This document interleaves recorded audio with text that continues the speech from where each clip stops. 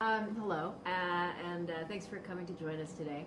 I was privileged to be asked to write a book about my experience in the memory clinic, which is where we work with patients and their families. The patients have been diagnosed with Alzheimer's disease or one of the other non-Alzheimer's dementias, like frontotemporal dementia, dementia with Lewy bodies, vascular dementia. And over time, I've been able to learn from families what works for them, things that I might tell them or not tell them that work for them, what they figured out on their own that helps them to get through what can be quite a long span of a difficult illness. If this can go on for 20 years, and it is hard on everyone. It may be harder on the family members than on the patients themselves because the patients lose insight over time. It's an interesting thing to switch from scientific writing for publication in a medical journal about whether a drug worked or not versus writing a book for a lay audience. And I was fortunate enough to have a literary agent who knows how to do this. And she coached me and cajoled me and talked me up and made it make sense. Then it came to what's the title of the book going to be? So I was really good on the content, and I could reshape it into a narrative and make myself a character in my own book and all that stuff, but I'm really bad with titles, apparently. Everything I came up with, I had a list of 12 titles that I'd thought of over the 2.5 years that I was writing the book, totally panned by the literary agent and the Penguin publishers, who know their craft. They know their business. And one of the titles that they really hated especially was The Dharma of Dementia. And many of you are saying, well, yeah, that sounds like a loser, but it really captures what I would like to get across. Yet if you are a stranger and you don't know me and you haven't heard me talk before and you're walking through chapters, you're not going to pick that book up and look at the overleaf. It's true. So they called it the Memory Clinic to make it clear what it's about. So I'm so delighted that Susan allowed me to title the talk today, A Dharmic Approach to Caregiving. So I went to meditation camp in August. I don't know if you were aware, but Thich Nhat Hanh, who's been a wonderful Dharma writer and teacher for almost his entire life, is now 86. And he usually stays in Plum Village, which is in Bordeaux, France. And I was thinking, it's time for me to go on a retreat. Maybe I'll go to Bordeaux. Then when I was looking up whether he was actually going to be there, I found out that he was going to be, lo and behold, in St. Catharines at Brock University for a week, leading a mindfulness retreat for educators. And it was pretty amazing. 1,400 people came. That means 2,800 shoes out in the hallway. That means St. Catharines Fire Department busting us every day for not putting the shoes in a safe place in case we needed to make a rapid egress from the building. But the power of just one person in the room being calm and mindful, multiplied by 1,400, actually becomes squared and many exponentials out. It was a wonderful experience, and one of the things that I gained from it was how Thich Nhat Hanh, who's now 86 and planning for the future, is speaking to children about mindfulness. And one of the most beautiful talks that he gave, I'm going to steal from a little bit to share with you today. I found that it's a great embodiment of my main message from this talk. In meditation practices, Buddhist culture, you might hear bells or chimes frequently. And sometimes it's dinner time, but many times it is meant to bring you back to breathing, where you are right here, where you are right now. In a way, it gets you to stop texting while you're walking, and to stop emailing everybody while you're answering a phone call, etc. And the way Thich Nhat Hanh discussed this was, we don't ring the bell. We don't strike the bell either. Come on. We invite the bell to sound. And not just anybody rocks up to the bell and invites it to sound. You're a bell master. The way you become a bell master is not so formal, but it is something that you think about. What you want to achieve when you invite the bell to sound is that your calm, your reflective nature, your stillness, and your joy, and your wish for others to be living at ease will resonate through this bell. So, and then he picks up the bell, and there's all these kids sitting in front of him. And he says, sometimes people need a warning. You can't just invite the bell to sound on them. You need to let them know that I'm about to invite the bell to sound in a way that will bring us all together into the same space. So here's the warning. And then we invite this bell to sound with all our best intentions. I'm not ringing this to make people shut up. I'm not ringing this to tell you there's a fire. I want it to bring us to a good place.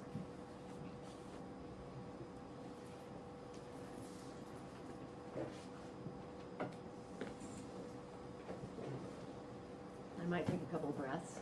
When you think about it and check in with yourself, am I ready to do this? And when you're ready,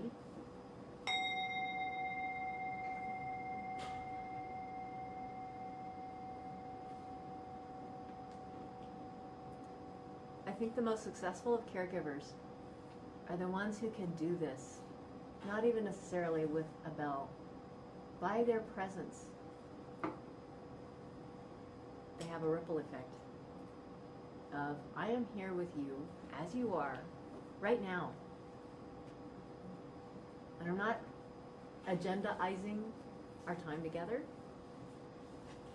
We are going to be enjoying whatever we can in the moments that we have together. So if you fall asleep from this point forward, at least you've heard the main point of the talk.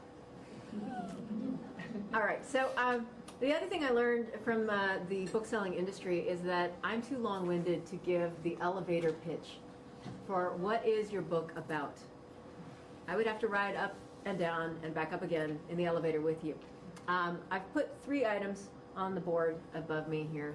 And today I'm going to talk about number 2, which is the fact that the story within the book is about how I realized that Buddhist practices that I was pursuing as sort of my side life were actually informing the most successful pieces of advice and practices that were going on in my clinic. So when you say Buddhism, and actually another thing I learned from meditation camp is that in their long experience, when people hear Buddhism, there are lots of different images that come up in the mind that may become barriers to actually practicing the mindfulness that is the root of not only Buddhism, but the greatest hits of all of our religions when you study them. So yes, there are beautiful sculptures, and there is an embodiment of the ideal in someone who was who had a regular name, Gautama, and then he became known as the Buddha as he learned from experience in the real world how to bring a spiritual practice forward. People think of monks or nuns, monastics, who have taken themselves out of the daily life stream that you and I are in. When you want to join one of these monasteries, you have to freeze your bank accounts and stop your cell phone and all kinds of other things that bring you into a certain space. And not all of us can do that. But an interesting tenet of Buddhism is that while we need some people to do the monastic life and to teach us from what they experience, we really want to be walking and talking and practicing as much as possible. And when you've had a really bad day, that's when you need to bring it into practice. And if you can do it most days, then it becomes easier to tap into that resource when you're having that super bad day. Many people think of the Dalai Lama, His Holiness, the Dalai Lama. I chose this picture because one of the things that you can think about to get yourself into a right here, right now mode is calmness and a smile, a calm smile. And he has that. He also has an amazing sense of humor. I'm sure you've heard him giggle. I mean, if any YouTube video of 2 minutes or longer, you will hear him laugh out loud. And that's such a wonderful way of leading. He's taking joy in what he's practicing, and I'm hoping that we all will too. The other thing that was a myth for me about Buddhism is that you can't be a Buddhist unless you are a vegetarian. Not so true. There's a call for mindfulness. Be aware of the practices of eating and consuming that you're participating in. Are they good for you? Are they having an impact on others? One interesting thing, and this does not cause me to stop eating meat, but one interesting thing about the beef industry and farming is that a lot of energy and resources and pollution result from this industry. And you're right, if you are the one person in this room who stops eating meat today, that industry is still going to go on, it's still going to be polluted. But we need to become aware of how we're connected to each other. Not just people being connected to other people, which is actually very important for cognitive reserve and surviving stress and helping patients with dementia to feel more human. But we're connected to so many different living things and processes in the world. And I like the fact that there is much more of a green thinking going on in this generation, and hopefully it will continue. I'm from the United States originally. One of the things that struck me when I moved to Canada is that there was a phrase, it happens in threes. You hear about somebody falling, you hear about something else falling, and then when you're talking about it with friends, they say, oh, it comes in threes. In Buddhism, with all the different practices and right minds and pillars and other rules and regulations, they actually come in generally multiples of 4. And there are components of enduring love, which I think is what we're all trying to achieve, whether it's our relationships or in the caregiving model. And the Pali words for enduring love components are metta, mudita, upekkha, and karuna. There will not be a quiz at the end of this hour. I've translated them for you. Actually, somebody translated them for me. Metta is loving kindness. This is what you see. I really like this about Toronto. I see this on the streets every day. If I've got my eyes wide open, strangers being kind to each other. Joy. Joy is a really important component of this caregiving, enduring love, because a lot of caregivers lose the joy as time goes on. Whether it's due to isolation, whether it's due to an overblown sense of responsibility, whether it's due to everything piling up at the same time. And when I bring up that word with the families, there's a sadness at realizing the absence of joy for way too long. Pauline Boss is a wonderful writer about ambiguous loss. And this is one of the things that happens in long-term illness, where you don't have the same person that you've been with the entire time, but their body is still there in front of you. So you can't quite mourn the loss because that person is still there in some partial ghosted way. And one of her suggestions is that those family traditions, we're getting together for this holiday, we always do a picnic in the first weekend of August, whatever it is, keep doing those. Unfortunately, the person who has the dementia may not be able to participate, but it's so important for the survivors of that person to be able to get together and to be able to count on one of those sources of feeling plugged in, connected, and having some joy. Compassion, we usually don't have to tell caregivers about compassion. The fact that they want to be caregivers, that they are providing the care, is an indication that I know you need help, and I want to be the one to provide it to you. But the tricky wicket here is that it's very hard to sustain that compassionate act unless you've actually taken the first cut of that compassion for yourself. Self-compassion is a really big responsibility that each of us has. There is no one other person outside of yourself who's responsible for taking care of you. Our mothers try to do that. Our fathers try to do that. But they can't read our minds. They don't know what we're thinking, what the best fix is for us, all these things. We owe it to ourselves to try to make sure that we're taking care of ourselves. Without that in place, the caregiver wears out. You've heard the phrase caregiver burden. And some caregivers actually really don't like that phrase because they don't see what they're doing as a burden. And those are the ones who are balancing all four of these components extremely well. They have enough compassion for self to realize, wow, I'm getting so grouchy with the patient and I really don't want to be. What is that all about? I'm going to slow down and just think about it, as opposed to just saying, oh, I'm so cranked out. A lot of times, they're cranky because they're beating themselves up for not having done a better job. Okay, so are you being unrealistic about the job that you're supposed to do? Sometimes yes. And that's where I, as the healthcare provider and team leader, can try to help out. Sometimes it's that irritability is coming from the fact that you are giving and no one else is providing. Who's taking care of me? And the answer to that is maybe nobody else is, so you got to do it. You got to take a day off to do this. How am I going to do that? Nobody else will take care of him. Well, that's the interconnectedness. That's where equanimity comes in. One of the first knee-jerk reactions of especially a spousal caregiver may be, I'm the only person who knows what he wants. So I'm the only person who can be his caregiver. And he's going to freak out if anybody else tries to take care of him. And that may be very, very true. Yet you have to share, delegate, spread this work out. It's actually not that healthy for the patient to be stuck with only one person either. So we need to figure out who are the allies. Do I need to hire someone, a personal support worker, who is trained on how to deal with this? Do I need to get my adult children to come back and hang out once a month, once a week, every other night? Do I need neighbors to drop casseroles off so that there's one less thing for me to worry about? It's so interesting that so many people want to help the family that has a caregiving situation, but so often they don't know what to do. And if you can be very specific, it all comes into place.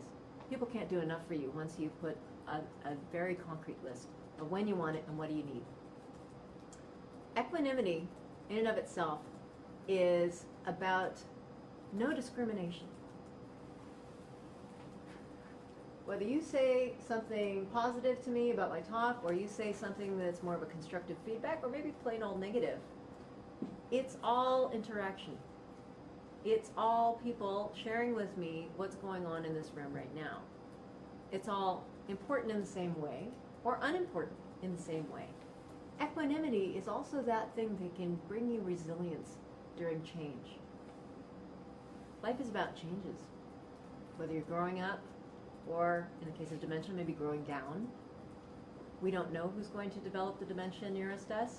Maybe I'm going to be the one as opposed to my spouse or my parent. We need to be able to accept that things are going to change and that we don't have control over everything, or really much of anything. We can just do our best with what we have. And oftentimes, we can't do our best with what we have until we open our eyes to what's actually there. When you become too fixated on things turning out a certain way, or too fixated on your own story of, well, but I always fill in the blank, it becomes harder to see the opportunities. Opportunities are where the resilience come in. Opportunities are the positive spin on change, but it's also really there. Change is difficult.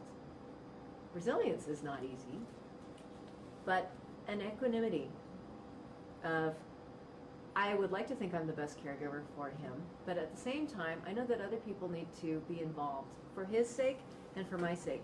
So I'm going to try to let go of my sense of control over the dementia by being the primary caregiver. I'm going to become a manager of the other caregivers who are contributing to his life.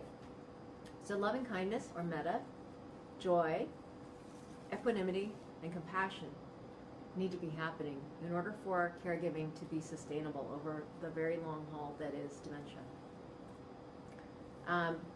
So I already said that compassion and the loving kindness actually both need to start with you individually. There's an old phrase, charity begins in the home. It kind of applies here as well. Am I doing okay? Am I feeling safe, loved, happy, and healthy? You need at least 3 out of 4. Otherwise, you're a little bit out of balance. And when you're a little bit out of balance and you extend yourself or you overextend yourself, then you're going to be way off of balance. My mother is an artist, and she called her studio Lotus Pond Metamorphosis. Because where do lotuses grow? They're in mucky, brackish water, swampy conditions. But out of that comes a symbol that most of us recognize as promise and hope and freshness. Caregiving situation, you've had a lot of loss. Patient may be having behavioral disturbances, or it's hard for that person to manage without you supervising or assisting. It's very tiring. That could be seen as muck. But with the muck often comes a huge lotus field. So we need to be open to all of that being the necessary conditions for some of the good things to arise as well. I don't know if you're aware of this book, Far from the Tree. It's about caregiving from a different perspective. Caregiving of parents for children who are totally different from themselves. So it's really hard for them to maybe even accept who that child is. And one of the interesting things from his first chapter is that you can love someone, you can accept someone. You don't necessarily have to do both. It's easier to be a caregiver if you both accept them as they are and love them. But there are some situations where you love them, you want the best for them, but it's really hard for you to be around their schizophrenia or their difference from you in terms of their religious choice. It's beautifully written. There is an amazing interview on this Charlie Rose website, and I was so moved by it. There's a child who has autism. He's a big child. He's a big high school student. And he's basically pawing and pummeling his dad, who himself is somebody that you might not expect to be so zen, just because we have these stereotypes. He's a big bruiser guy who looks like he could be a bouncer at a bar. But his son is working away on him, and he's holding him to calm him and talking to him, but also able to focus on the camera and to describe what it's like. That, yeah, it was difficult, but I decided that I was going to love my son. And in order to do that, I would need to learn how to do this. I don't know anything about science. I don't know anything about mental health. But my love for my son taught me to become educated so that I could accept and understand how to be with him. And it's really powerful. In uncurable illnesses, once you've made the diagnosis, everything you do for that person afterwards is actually palliative care. And the next seminar, we'll be talking about some of the hospice end-of-life palliative care. But in palliative care, one of the greatest goals is quality of life. And as I was saying, this means not just for the patient, but also for the caregiver. But if we want to focus on the patient for a moment, a way to operationalize those happy, healthy, safe, and loved priorities would be, I need you, the person who's living with him or spending the most time with him, to let me know whether he seems to be in any kind of pain, whether that's physical pain because he fell, and even though we don't know exactly how he fell, he doesn't seem to be walking as much, seems to be wincing when we're providing care, bathing one side of the body. It's amazing how much cognition can be lost, or acting out behavior can arise from someone who's in pain and not being treated for it. I had a patient who wasn't speaking to me for about 6 months. She had broken her arm and had been in a cast, one of those terrible casts with a splint in between, so completely immobilized. And during that 6-month period, I had gotten married. At the end of the 6-month period, I'm doing a follow-up visit with her and her niece, and it's really become a conversation between me and the niece at this point. But I try to involve the patient. And now we're giving all the signals that it's time to go. I have examined you, I've written some notes, and I'm closing the chart, and we're getting up to leave. Thanks for coming, good to see you today. And as we're pushing the wheelchair towards the door, she turns around and she goes, so how's married life? So part of the silence had been the pain, but she was in there receiving, understanding, and remembering so that we could have a little lucid moment there together. And that was an absolute gift. Does the patient feel safe? Sometimes because of the care provided, the crankiness in the room, untrained people not having the resources to provide the care in a gentle way, that patient may feel unsafe. We need to address that in whatever way we can. Sometimes the patient has delusions as a result of the dementia. They would not feel safe if they felt that there was somebody hiding in the attic who's going to come down as soon as everybody else leaves the room. So sometimes we need to use pharmacology to safeguard the patient. But the person who knows the patient best will be able to answer for me if that patient is in pain or not feeling safe. Meaningful activities. Sometimes they're just not going to be able to have a conversation with you.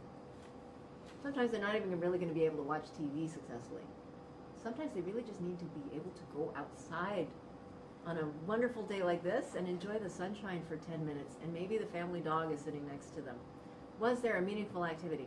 At the end of every day, pain-free, safe, meaningful activity, and wherever choice could be given, was that given? Note that on this list, this checklist for caregivers that I think is reasonable, is not you checked the internet to make sure that you know about all clinical trials on this disease, or you did something that was cognitive rehabilitation for this patient, or you made sure this patient exercised rigorously for 20 minutes today. Those things are all part of what caregivers do, but in order for a caregiver to feel mastery over, okay, I did the right things today, it's just these 4 things. And as I said, the quality of life for the caregiver is really important as well. We as the healthcare team, or people who are counselors, need to understand that the caregiver really needs to have some sort of meaningful interaction with the patient that day in order to feel like this was a good day for me. They need to feel some sort of emotional connection, whether that is the patient squeezed their hand back when they reached out to hold it, or said thank you, or recognized them, or some little thing. And we have to try to set them up for success, set the pair, the caregiver and the patient, up for success so that that can happen. That cannot happen when the caregiver thinks that he or she needs to coach the patient into remembering what day of the week it is, what year it is. Remember, we're going to the doctor's office tomorrow, so this, that, and the other. A lot of rehearsing can actually cause more anxiety than conflict. They want to do something for the patient. They want to feel like they did something that was important to the patient. In Asian cultures especially, this comes down to food. In Asian cultures, I don't care so much if grandma can't remember or she doesn't know my name. What I care about is that she didn't eat breakfast, she didn't eat lunch, we made her favorite dish and she didn't touch it. That means that she's not having a quality of life.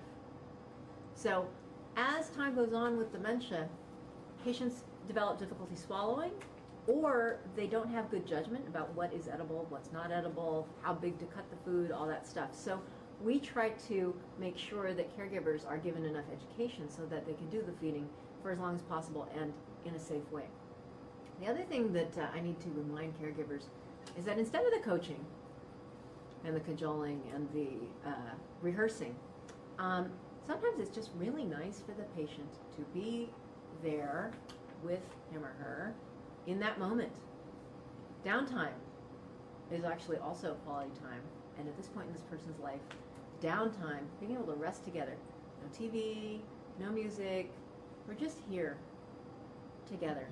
Maybe I'm holding your hand, maybe I'm just sitting next to you on the couch, maybe I'm just in the room with you, not preoccupying myself by doing email, but I'm really here with you. It's very powerful, and sometimes I'm able to spend really only like 3 minutes demonstrating this to families in my clinic office. And it's very powerful because we have stopped the world. You know, there are days where like, if somebody could just freeze time and give me an extra hour, I would be so happy. 3 minutes of just really being there together feels like a long time. It can be very satisfying. And it's a huge gift to the patient. There are patients who cannot speak clearly or who cannot put their needs into coherent sentences for us anymore. And for them to have a break from us filling it in for them, okay, it's lunchtime. So do you want a burger? Do you want a shake? Do you want fries? Do we want to go get a salad? You want this out? No, you don't want this out. Stop talking for them for that long and just be there with them as they are. And it's okay to be sad with them. You don't have to be all cheerleader. As healthcare professionals or counselors, we need to reassure the caregiver that everything that can be done is being done. We need to let them know. We're actually reading up on the clinical trials and all the latest breakthroughs and things like that. And if you'd like to discuss that, we can have that discussion right now. But if you want the executive summary, nothing's changed since the last time you came in.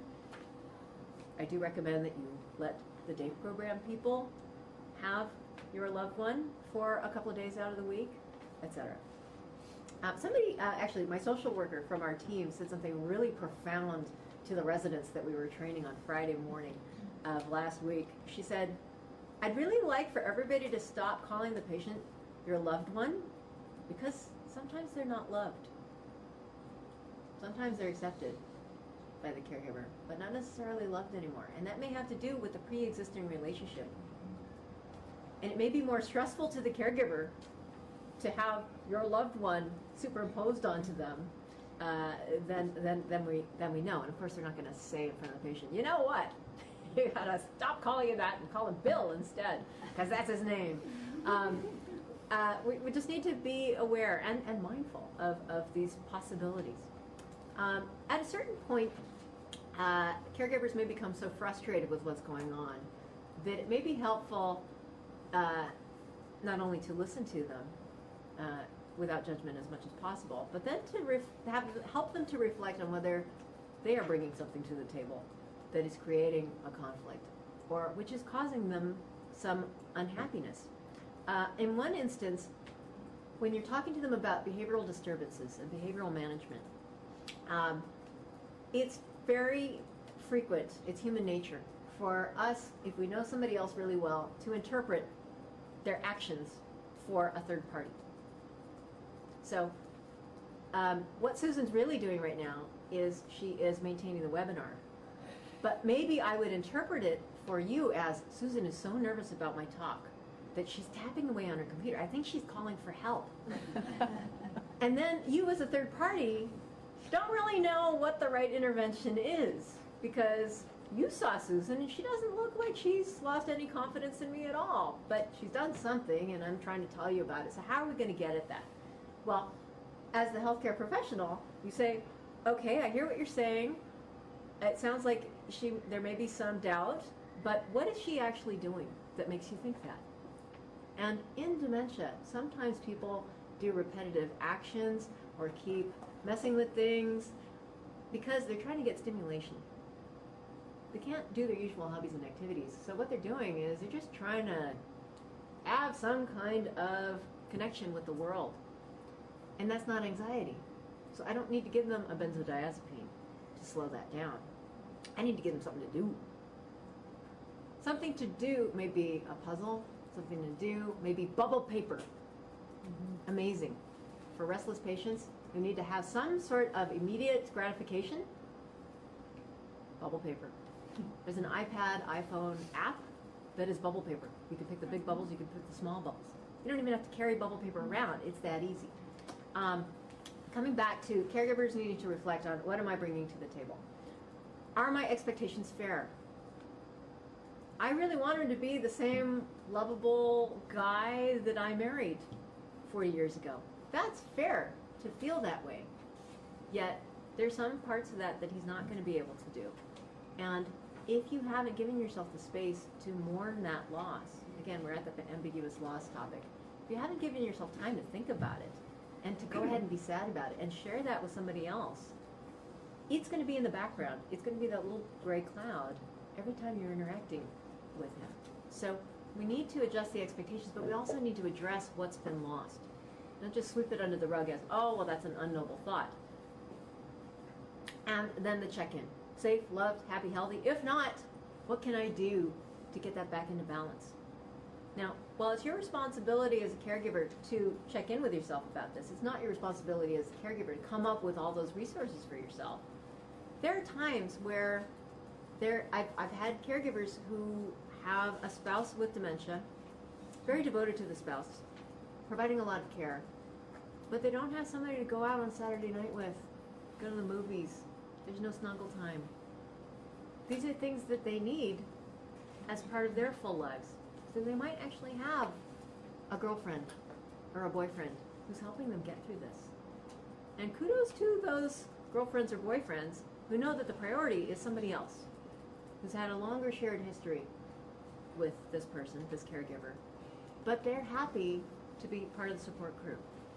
And the children of these two parents can often have a difficult time with this. But I like to frame it in that we want the primary caregiver to feel safe, loved, happy, and healthy. And this may be the one easy way to achieve these things. Different people do it in different ways. So the master caregiver, some of these people come to it naturally, other people need to come to it over time. They're able to get that good emotional connection and quality together time because they have adjusted their expectations. They understand how conflict arises and they are able to avoid it, divert it, distract it. They work with consultants who can teach them safer practices for helping this person get dressed without him falling on you, for eating and not having a pneumonia from swallowing something down the wrong tube. And there is a lot of meaning in advocating for the patient and for others in the same group. So it's very important for them to know of the existence of caregiver support groups and other organizations that are designed to support the caregiver. So whether you're a caregiver right now or not, you still need to be safe, loved, happy, and healthy. And so how are you going to do that? You know, I've told you what the goal is at the end of each day, but what are the different ways in which we measure for ourselves that we're doing well? Interestingly, the things that you can do to balance your life out seem, through our research thus far, to also be those things that keep you healthy and protect you from showing signs of dementia, even if you are having abnormal protein formation in your brain as you age. So this is a win-win situation. Imagine a more mindful, calm, compassionate life that doesn't end with dementia. Sign me up, right? One of the cool things about my grandmother is that she died with Alzheimer's disease pathology, but we were completely unaware of any symptoms like memory loss, loss of judgment, etc. Now, part of that was Grandpa, hanging out with her all the time. They'd known each other since she was 15. But part of it is that she had this completely socially integrated life and was doing, by accident, all of the things that help bolster your cognitive reserve. So that's another big chunk of the book. What about you? The eating. I was already talking to you about this vegetarianism, meat eating, but it's interesting. There's a whole culture around food, and each of us participates in that culture in a different way. Who has comfort food? Okay, maybe I should ask, who doesn't have comfort food? Okay, so comfort food is good. It brings you comfort. Yet, is that comfort food item sustainable over time? I'm not going to tell you what you should or shouldn't eat item by item. It's up to you to decide, is this sustainable? Am I completely binging on my comfort food once a year? Sustainable. You can smoke cigars once a day for a year, and unless you're genetically programmed to develop oral cancer, you can probably get away with it. I didn't say that. I'm adopted. But really, are you needing your comfort food every other day? If you need your comfort food every other day, maybe you need to think about what is going on that is requiring comforting. Maybe instead of the comfort food, we can do something else that brings you comfort, but also resolves the core issue that has become chronic now, as opposed to a one-off, once in a while. I think it's Philip Moffat, who's another great Dharma teacher, who gave this whole talk on eating. It's available on dharmaseed.org for free, download. And he says that we all place different significance on who we eat with, what we're eating, and when we're eating. So it's hard for anybody to say this is the way one should do this. But you have to examine or reflect upon why you're eating what you're eating, where does it come from, how does it connect you to other people, and then go forward from there. Mind-body connection, exercise. Of all the different things that you can do as a healthy midlife or younger person, exercise seems to be the most robust in terms of reducing your risk of not only dementia, but also stroke and other medical comorbidities that happen as you age. How much exercise? 20 minutes at least, at a time, at least 3 times a week. Something rigorous. Now, when I talk to a much older crowd who have walkers, 1-point canes, 4-point canes, arthritis, balance problems, they're not going to go running for a couple of miles. We need to help them be creative about what they're going to do as this exercise. There are rowing machines that might work. There's a stationary bike if balance is the thing. Aquasize. I don't think I've ever seen an unhappy aquasize participant. It's goofy, so there's the goofy factor.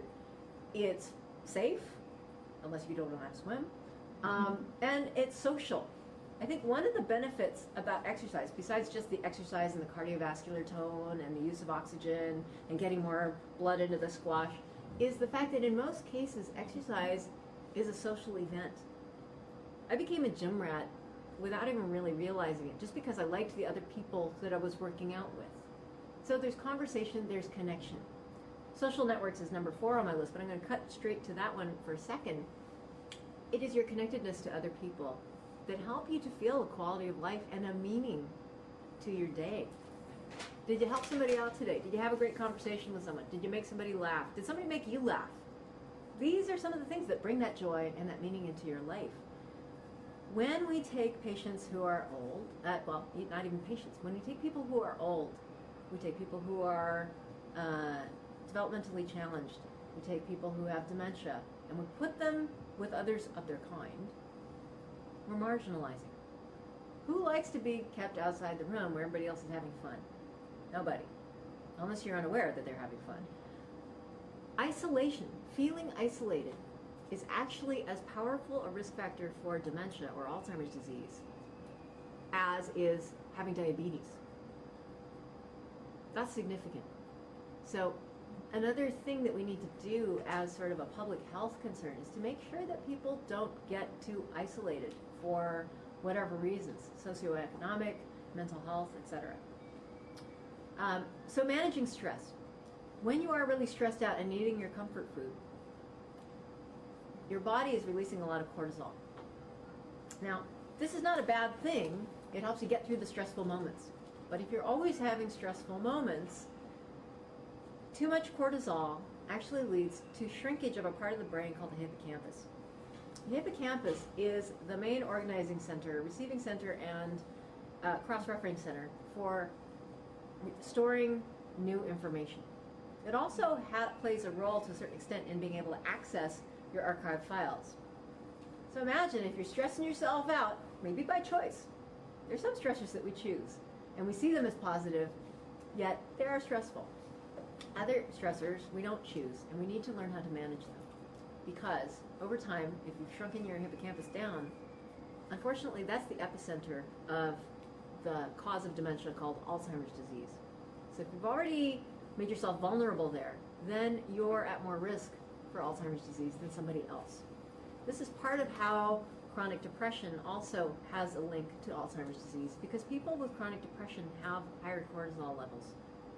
There's something about the perception of the world and the outlook that creates a lot of stress. Same for anxiety. There's a bit of a literature now on patients with post-traumatic stress disorder having problems with memory function. And interestingly, if you can't remember that stressful event that gave you the PTSD, maybe that is not such a bad thing. But unfortunately, it's not sharpshooting the memories. I don't know if anybody saw the Jim Carrey movie, Eternal Sunshine of the Spotless Mind.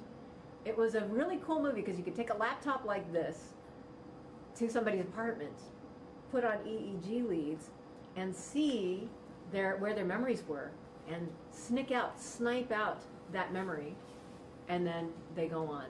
But what happens if the brain fights back and says, oh no, I know that there's a memory missing there. Something is not going right here. And that was the entire conflict of the movie. So stress management is important not only because we don't want you to be stressed out, but because it really has long-term effects on your brain that you don't want. Interestingly, Robert Sapolsky, who's done a lot of really great writing, and if you ever get a chance to hear him speak, I think he might be in the TED Talks if you Google it, has studied stress in baboons. In baboons, there's a hierarchy, right? You got to be the number one baboon, or you fall to the bottom, or maybe you can stay somewhere in the middle. He asked the question, so who's most stressed out? The guy maintaining number one, the person in the middle struggling to get to the top, or the person at the bottom who's getting nothing? In order to do this experiment, it's interesting. You're stressing out the baboon by capturing him and bringing him over to take blood, right? So that would throw off your experiment. What he decided was to use blow darts. So he hid in the bushes and then tranquilized the dart. Poof, takes the baboon out, everybody else runs away. You take a blood sample, baboon wakes up later and you're not even there.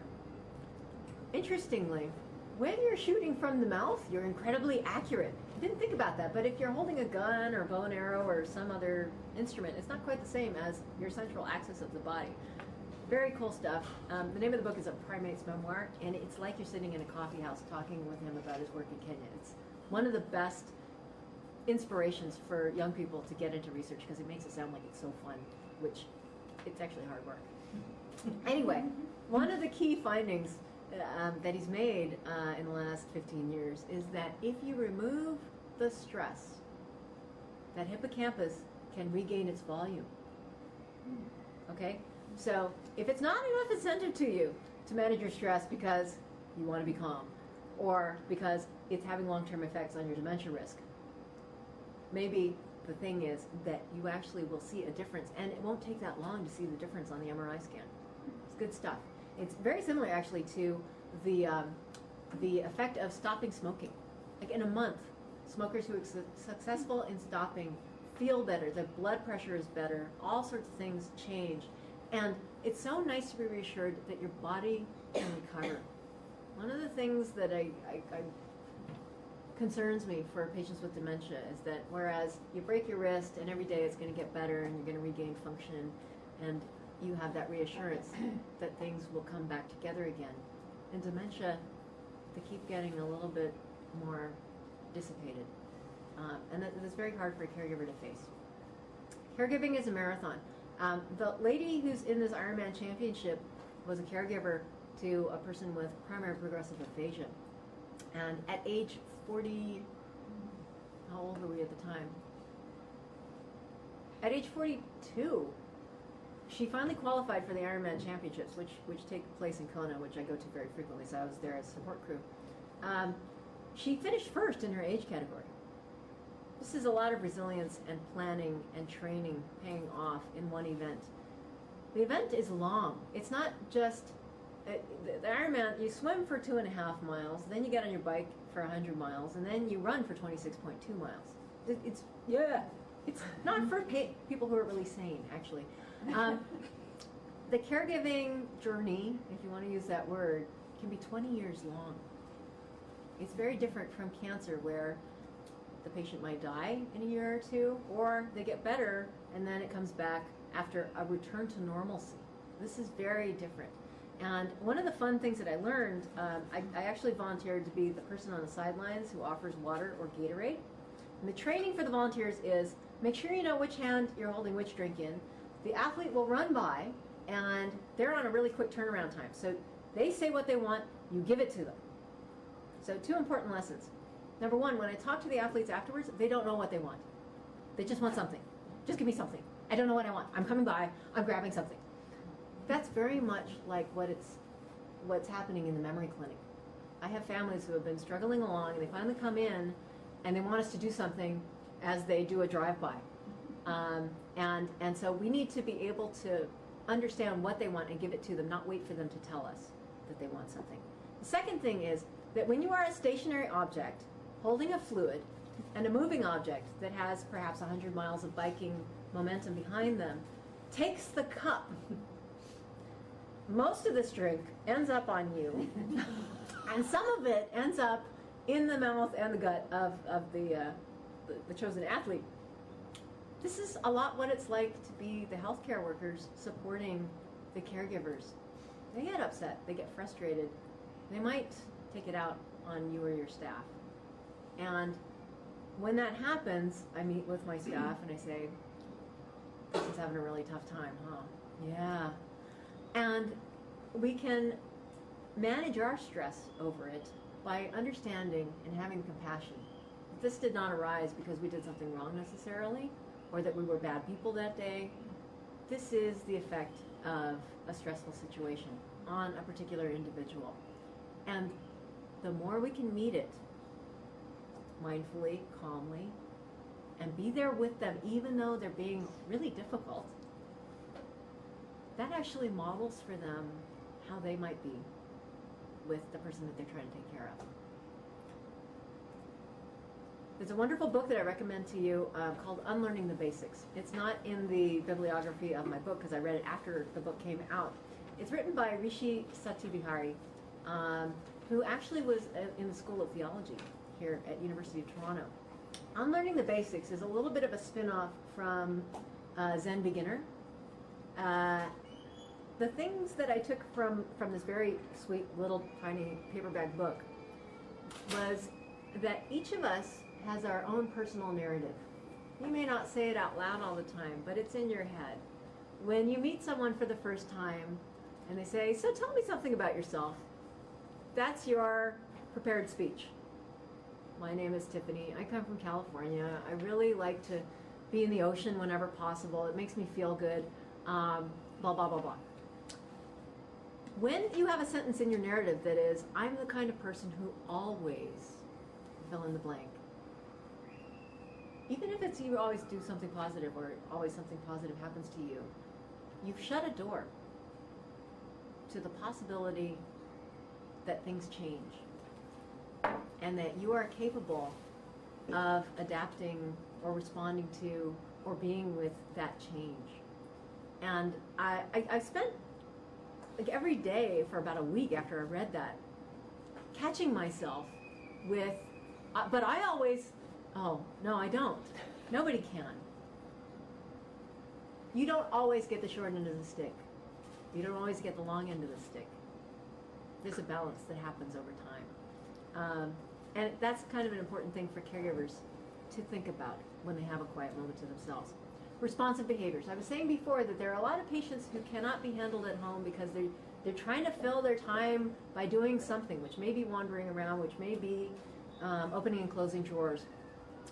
There's a new approach to patient care these days, and it's called recognizing responsive behaviors. Because I see these as opportunities for us to be as improvisational as Bobby McFerrin. What would you do if you were bored? You didn't have a book or you can't read a book. They took away the fish tank that was in the common room. You got a guy who's also on the unit who eats everything in sight, so they took all the posters off the walls, all the plants away. There's no garbage cans except inside the nursing station. What would you do? You'd do something that might be irritating to other people is what you'd do. So we need to tap into, and we can do this with the primary caregiver's help, what are the things that this person has really enjoyed for their lifetime? What were their career interests? What were their hobbies? And can we provide a scaled down version of that pre-existing interest to keep them occupied? There are a couple of great models for you that I'm aware of, and I'm sure there are others out there, but they're just not being used in enough places right now. Alzheimer's Society of Toronto, in conjunction with OCAG-U, has an Art in the Moment program where not too many people are invited to sit at what looks like a big dining room table. And each place setting, instead of being a fork and a knife and a plate, is a piece of paper, some colors, a brush, and a cup of water. And someone facilitates for each of those artists, invites them to pick a color. Not draw me a farm, not show me how good your sense of perspective is. Pick a color. I can pick a color. You don't even have to pick a color that's my favorite color. I can just pick a color. Pick a color. And then they say, I'd like you to see you move the brush on this paper. I can do that. I'm not under pressure to represent anything or to be good. I win. I'm succeeding. And the products that you get, you're not depending upon verbal communication anymore. You might see them draw a memory of something that you didn't even know was in there anymore. It's magical. And it's doable. Dementiability.com was started by my colleague Gail Elliott, who is all about Montessori methods of working with patients with dementia. We know Montessori schools. Kids learn in different ways at different rates. We set them up with whatever it is that they're doing that day that turns them on. Same thing for patients with dementia. A puzzle. There's many different ways to do this puzzle. You see the picture of the puzzle over here. You have the separate pieces. You need to put it together. That's how most of us are doing puzzles these days. Maybe 1,000-piece puzzles, maybe 20-piece puzzles, whatever. You can make it easier by taking that picture and putting it on the table. And now I'm not putting a puzzle together. I'm matching pieces with places where they're mapped. And I'm putting them together. Or I'm coloring in. Word search puzzles. Big matrix of letters. Lots of fun to try to find the word in the word search. But if you have problems with perception or with reading, what if you take all the non-relevant letters and you print them in very light gray, and you give the patient a leg up by printing all the target words in black, high contrast? You've made it one step easier. Or you put the words that they're supposed to match much closer to the targets. There's lots of different ways to creatively put things together step by step so that even on a bad day, a patient can have something to do. And they like to feel that they've finished a task, whether it's sorting things or doing these types of puzzles. So these are the possibilities, the opportunities for finding the connection and finding the joy in what is a difficult life change, but it's one of many life changes. And we need to help our caregivers to see that perspective and to feel the space that's possible within there. And that's it for the formal talk. I'm hoping that there are comments, suggestions, or questions. Yes, sir. You use the term stress repeatedly. My training was back in the days when Hans Selye was proposing stress is good, distress is bad. Now, all of the terms that or all the conditions you have applied were stressful. That I would call distressful. Is that? Yes. No. Thank you so much for clarifying that. I think that distress is hand in hand with I am dysphoric because I am under pressure, and that is the kind of situation that raises a cortisol level. To a certain extent, something that you've chosen as an activity that is a challenge for you is also a stressor. I need to get here for 12 o'clock. Did I finish the slides? Did I send the slides? Did I wear the right thing? Did I put enough money in the meter for the parking? If I'm not doing so well with the other aspects of my life, that will be really stressful for me. Maybe a little distressing. There could be some cortisol release involved with that. But to challenge that meaning of stress, to challenge yourself, to expand your repertoire is really good for the brain because you are learning to adapt. You are connecting neurons in different ways to solve problems. And part of cognitive reserve building is to challenge yourself. So oftentimes people will ask me, okay, so should I be doing Sudoku puzzles every morning to save myself from getting dementia? If you enjoy doing them, please continue. Maintain those interests and hobbies that you've developed over the years, but try to continue to expand your repertoire. And it will be stressful in that challenging way to do so, but meeting that challenge is actually good for the brain and helps to make sure that your tropic neuron growth factors are being released and that you're creating cross-referencing possibilities for the things that you know, the things you can do, your skills and your talents. So thank you very much. There's that difference. When I take on a challenge, I'm producing cortisol levels that are bad for my hippocampus or not? Not necessarily. And if you're dealing with a distress, but you're able to reflect upon it and see the opportunity and the space for your own growth within it, it becomes less distressful and less cortisol releasing, I guess, is a sense. Do we need to respond to anybody from the electronic world? The one thing that they did ask me about that I wanted to ask you is about the PowerPoint slides. I forgot to ask if you are. Yes, you can okay make with- those available. I think, well, as part of the webinar broadcast, They're in the thing, but there, not right? as a separate file. I so see. Okay. Yeah, if you would make it a PDF and then you could send it out. Okay. That's okay with you? Yeah, that's fine, Susan. Thanks. You had a question? Is there any objective research or your feelings, thank you, that was all excellent, by the way, of male versus female caregivers and patients, because I'm trying not to get into stereotypes in terms of male spouses, men's, in terms of kind of a less socially networked, more reserved, more small c conservative.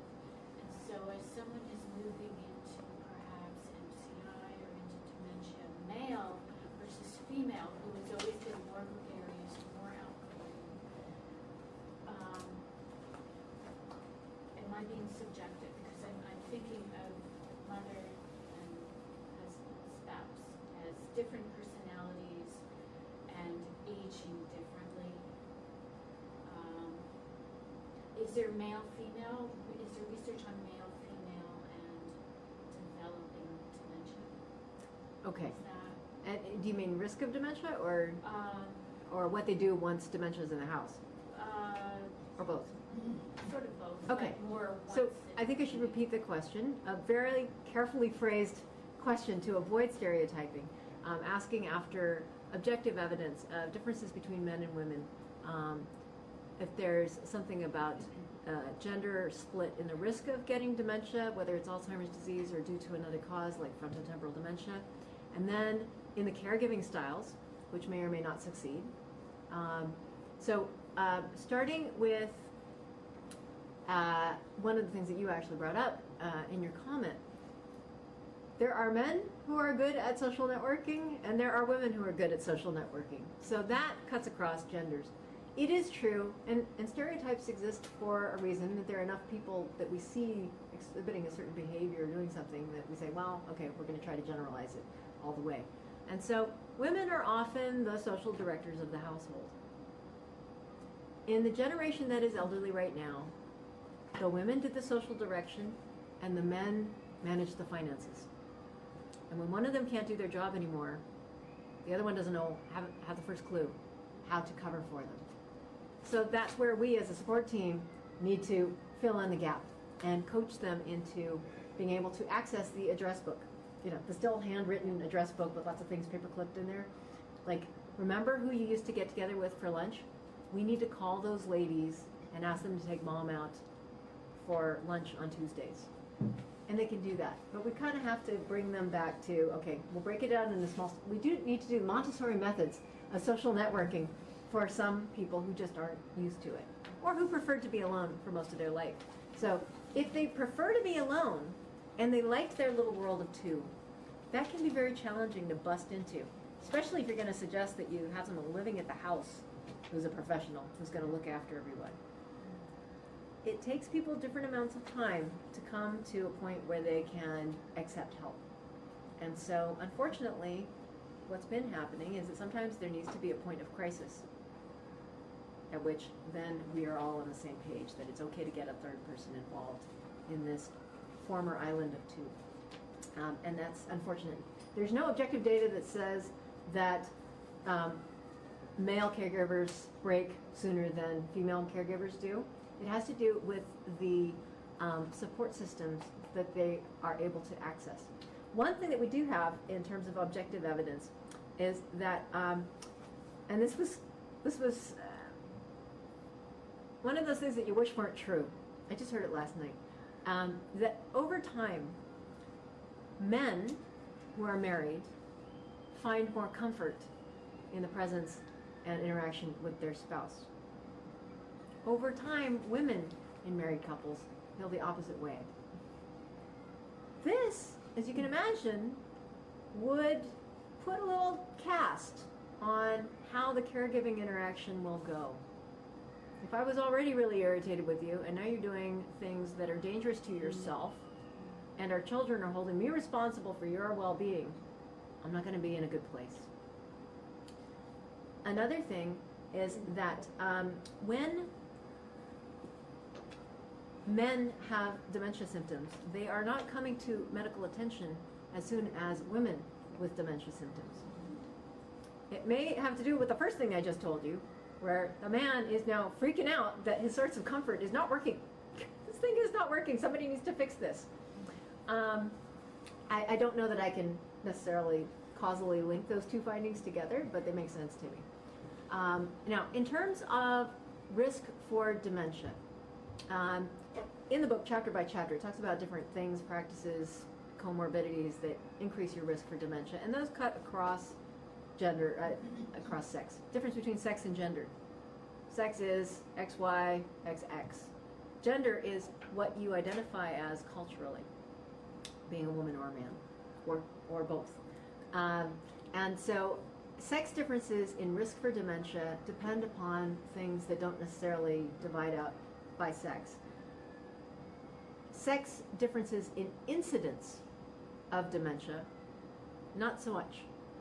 Now, an incidence relates to how many new cases are discovered each year or diagnosed each year. So about the same number of men and women are being diagnosed with Alzheimer's disease, as an example, year after year after year. However, women are living longer than men, whether they have dementia or not. And that contributes to the prevalence. The prevalence is the overall number of patients at any given time. Okay? Difference between incidence, what's happening this year, and prevalence, how many people are now in the swimming pool? It seems to be growing. And most of the people in the pool who are women have been in here for a while, and the ones who are men, they're in for a while and then they die of other causes. Just because you have dementia doesn't mean you can't die of a heart attack. Okay? Now, in terms of other objective facts about male versus female caregivers, the Alzheimer's Society of Toronto has figured out that a lot of men not too jiggy with the idea of joining a caregiver support group. The idea of being around a bunch of women who are complaining is not really palatable to a lot of us, but men in particular don't want to go there. Instead, the way to give them support and give them a way to connect with each other may be to offer cooking classes. It's ingenious. I love it. Because they need to cook for themselves now. Maybe they never learned how. Maybe they're concerned about what am I supposed to be feeding this person in order to give her the healthiest options possible. And how do I prepare those foods and how can I do it easily? So it's more of a utility-based reason for gathering as opposed to the concept of I need support. And so that is a really important chunk. When I have two male caregivers, spousal caregivers, two husbands, who have similar wives, I connect them by email to each other. Because they have very specific purpose in talking to each other. I know what the conversation is going to be like. I don't know where the conversation is going to go, but I know that it has the same common ground to start off with. And that's the difference we might need to make for how we work with male husband caregivers as opposed to female wife caregivers. There is a difference between male and female adult child caregivers. Most of the time, the adult child caregiver of a patient with dementia is going to be a girl. Not necessarily going to be the biological daughter. Could be number one son's wife. Why is that? Even in this day and age, the husband is the breadwinner, the guy who's at work all day. Not available to take he got lost, we don't know where to look for him, please come help. Phone call. And so a lot of our adult caregivers, adult child caregivers. Daughter-in-law for my mother. There you go. some respects, although my husband was always an excellent son. But yes, the daughter-in-law. Yeah, and there's something about daughter culture that we're looked to be nurturing. I think one of the greatest things that's happened in this generation is so many guys taking paternity leave, or taking jobs that are not so intense, taking the 9-to-5 job so that they can be home at dinner time every night and be the nurturing guy that they are. One of the interesting things that we've seen in second time around fathers, so they had a midlife crisis, whatever happened, at age 55, they start a new family. But at that point in their lives, they don't have to fight their way up the ladder. They're actually getting close to retirement, and they can spend a ton of time with their second family kids. Unfortunately for the first family kids, there's a lot of resentment, like, where were you when I was growing up and I was trying to learn how to ride a bicycle? But it shows us, as a society, that men can be every bit as nurturing as women can. We've assigned them duties that take them out of the household and away from the kids, so they can't show that and develop it. But I have seen some of my most inspirational caregivers, they're the men. Because they have a certain level of devotion, and they're actually able physically to do a lot more for the women than little bitty woman can do for heavy man with balance problem. So it cuts both ways. If I had a broken hip, my husband will be a great caregiver. But if I were demented, I'm not so sure he'd have the patience to deal with that. Maybe we need to work on that before I get demented. Right? Any other comments or stories to share? Yeah, it's sort of a question, and this is a great chance for me to ask. I've been working to help facilitate a caregiver support group in a small community agency. And I guess the first comment I have is this has been really helpful. There were some specifics in this today that I can go back to the group with, because I'm finding there's not a lot of training opportunities out there. So this was extremely helpful today. And one of the issues I keep coming up against, and I'm always struggling to give support around, is the idea of delegating for caregivers, because all the resources will tell us that caregivers should delegate where possible, but I'm encountering a lot of isolated caregivers who, even with the social safety net, it's so limited now with CCAC, and the need for respite care for those caregivers isn't there. And so they struggle with that issue of delegation. I struggle with it, and we're stumped. Okay, so am I connected to the internet? Yeah, okay. I invite you all to drop into, my Java version is insecure. I'm going to deal with this later, okay, Susan? Perfect. Yeah. Okay, so I invite you to drop into this blog site. I was sending out a caregiver email newsletter for years, like 10, 11, 12 years. I realized I was managing about 150 email addresses, many of which change over time and all that stuff. And then now, like, ooh, there's such a thing as a blog. And people post on the blog, and people read it and comment, oh, this is really good. So, drchowftd.wordpress.com. And one of the posts that I put up is the importance of reaching out. This blog site is great. You can put in photos, you can put in videos, links to YouTube, and it'll actually stick the image right on there. And I'm going to cut to this part. Brian, man, has a wife who has fairly rapidly slipped into her dementia. And he sends an email out to all the family and friends who are going to be at the next big event to give them an update on what's going on with her. And I'm sorry if the font's too small for you to see here. I think I can increase this. Oh, look at me go. Can you see it now? Okay, and I can expand this window. He'll send one of these emails out to suggest. He informs them and he suggests. She'll initiate less communication. She will appear distant and disinterested. But she still seeks connection. You have to help make that happen. These are his words, not mine. She's not hard of hearing, just unresponsive, so speak in a clear, normal voice. She likes what he tells people, what she still likes to do and what she can do, so they can come forward and do those things with her. At one point, he wrote one of these emails and he said, she's fascinated by postcards. There's something about the size and the colorfulness of the pictures, so send us a postcard. It's in the same way that people can recruit others in to help. So you create a regularly recurring event that might be helpful. I need somebody to take him to Starbucks on Thursday afternoons from 1 to 4 for a coffee clutch. I almost don't care who it is. We have a car for you to drive if you can get to our house. Please sign up. I'll give you an example. And again, I understand that people have different resources depending on where they live. But this is a beautiful example. I had a patient who was a famous music composer. He'd won 2 Oscars and a few Emmys for his work. And his wife knew very well that there's a whole Leonard fan club out there. They live in Los Angeles.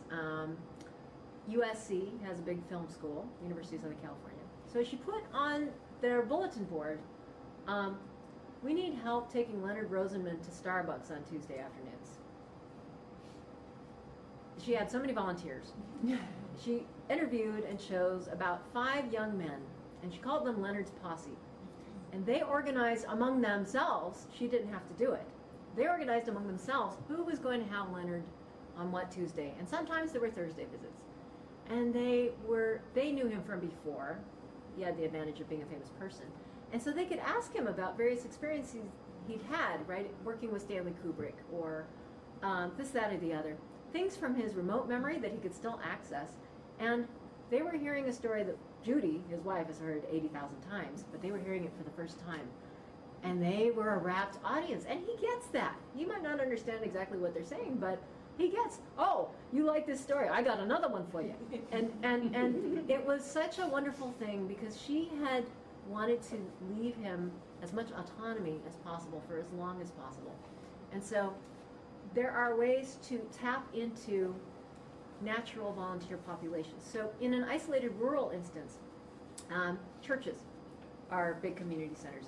Senior centers, well, you might not be able to find volunteers there because they already need help themselves, but working with high schools. High schools these days actually have a volunteer program where they want to get kids volunteer experience. It helps mature them. It helps them understand a little bit more of the world that they live in a real way. It looks good on their CV when they apply to university.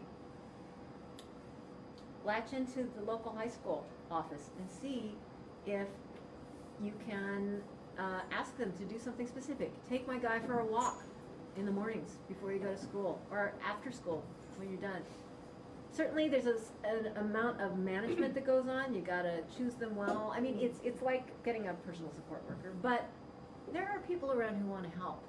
It's our job to be doing the creative end of, okay, so how do we find those people, and how do we match them up in a way that's really appropriate for all parties involved? You know, just like from a really sort of practical level, just because in the agency that I work for, we also have a friendly visiting program. But I also know though that for whatever reason, like we just don't have enough friendly visitors. Mm-hmm. And so like I'm just thinking that, you know, I could imagine, and these are great ideas, but I can also sort of anticipate some resistance from the caregivers around, you know, and I guess like the expectation of a lot of the caregivers is the system, you know, should have more than it does. And I think the reality is every agency now has a huge wait list. Yeah. So I think that we need to provide that reality check. Yes, you're right. It'd be nice if the system could provide. But today, in this location, you don't have that. So what are we going to do about it? And in terms of whether you've got not enough friendly visitors, maybe it's because the friendly visitors aren't getting anything out of the friendly visiting. It's not fair to them. So the organization that's putting the friendly visitors together needs to help make that into something where they get to learn something, or they feel that they're appreciated for doing it. So we can't just assume that people want to volunteer just out of the goodness of their heart. Like I was describing with the high school kids, there's an exchange of something valuable. You're spending your time and you're being really open and patient with my patient, my loved one or my not so loved one, what are you getting in exchange? You might get a letter of recommendation. You might get to participate in an every once in a while gathering of others who are doing the same kind of thing, where you become educated on how to do what you're doing better, or how do you prevent yourself from becoming the person that you're taking care of. And Yeah. that's a way to make it alive, Yeah, as opposed thanks. I to think- postcards on a wall.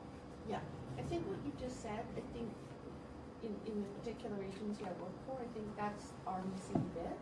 So thank you. So maybe we can make that very happen. helpful. Yeah, I'd love to. And then there's also, as we're showing right now, with this being a webinar that will be archived, we can connect with each other through video conferencing more easily now than ever before. And if you're near a teaching hospital, there's free video conferencing. They all pay the same subsidized fee to be part of this network. And why shouldn't that group be able to tap into rounds at my hospital when we're talking about caregiver support? Or when we're talking about how do you manage the balance in your own life? We can share these resources. You don't have to come up necessarily with anything de novo, but you might need to get your IT guy to talk to my IT guy to make it happen. But those things are so totally possible. And the best part is, generally, they can be free. That would So, be great. yeah. How are we doing on time? Getting down the last 5 minutes, I think. So, any other comments or suggestions? I mean, I'm not an idea machine. I get ideas from other people, and I do have someone from the online. He's asking any comments on utilizing therapy dogs or other pets. oh, yeah, okay. So, utilizing therapy dogs or other pets. Love this idea. And that's another way to get people connected to other people, because there's often a conversation about the dog. This happens in the dog park. It happens in my elevator of the condo. Dogs are people magnets. And even if the patient or the resident in the long-term care facility can't have a conversation, if they like animals, it's really nice to have one there to pet. An animal that is responding to you like it likes you. Just the way you are, right here, right now. It's wonderful. And I have this beautiful story that I think I'll end with from Baycrest. They give us this story during the orientation to Judaism and the sensitivity that we have at our organization for Holocaust survivors. They had the visiting pet therapy on a regular basis, and on this one occasion, they were going to be bringing a German Shepherd. German Shepherd was used by the Nazis to sniff out Jews in hiding. And they had only one Holocaust survivor on this particular unit, but they were smart enough and plugged in enough to warn the unit, we're bringing a German Shepherd. What are we going to do with Olga? So, for weeks they'd been planning that Olga is going to be in her room with her PSW, the door will be shut, she will not see the dog, she will not hear the dog, and we will be done with the dog by noon, and she'd come out for lunch. So, of course, the road to hell is paved with good intentions. It's not 12 o'clock yet, but Olga's really got to get out of the room. And so she opens the door, she goes in the hallway, the dog's in the hall. And they're a good distance apart. She sees the dog. She falls to her knees, she opens her arms, the dog comes running to her. She hugs this dog like he's a long-lost relative. Turned out that their family dog, when she was growing up, was a German Shepherd. So, we don't know what people are expecting. We need to be open to the fact that they are scared of dogs. So, we'll introduce this gently. But pets are wonderful because they take you as you are. Generally, they don't leave the room, although they are big stress indicators as well. When you're really stressed out, your cat will pee on your pillow, things like that. But the visiting pets are wonderful. Can't get enough of them. We actually have some resident cats living on some of the units in our long-term care facility at Baycrest, and it's just nice to be able to see them. Kensington Gardens has pets too. Yeah, and cats are low maintenance, and they are very capable of getting away from you if you're petting them too hard or you're loving them too much, as long as the person's not allergic to them. It seems like the newer generation has more allergies than the oldest generations did, so we're still safe with the pet therapy with our current elderly cohort. On that note, I'm going to end it. Thanks for your attention and your good thoughts today. Thank you.